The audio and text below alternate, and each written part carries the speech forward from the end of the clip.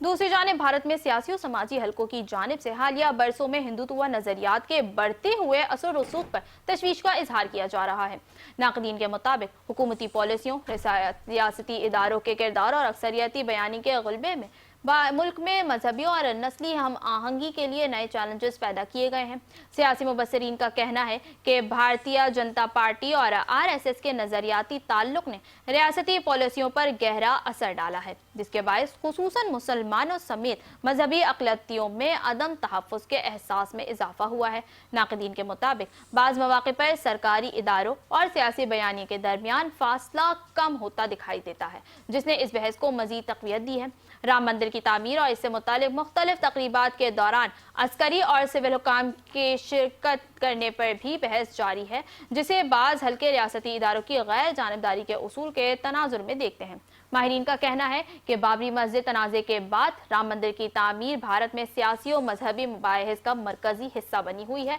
जिसने मुख्तलिफ तबक़ात में अखलाकियात को मज़ीद नुमाया किया है। इंसानी हुकूक के कारकुनों ने भी मजहबी आज़ादी, अक़लियतियों के हुकूक और बढ़ती हुई अदम बर्दाश्त पर तशवीश इजहार की है, जबकि हुकूमत का मौक़िफ़ है कि मुल्क में तमाम शहरियों को बराबरी की बुनियाद पर हुकूक हासिल हैं और तरक्याती एजेंडा सबके लिए यकसा है। समाजी तज्ज़ियाकारों के मुताबिक भारत में बढ़ती हुई सियासी कशमकश और नज़रियाती तक़सीम का असर दाखिली अमन और बैनुल मज़ाहिब हम आहंगी पर पड़ रहा है और इस हवाले से जामे मुकालमे और मौसर पॉलिसियों की ज़रूरत है।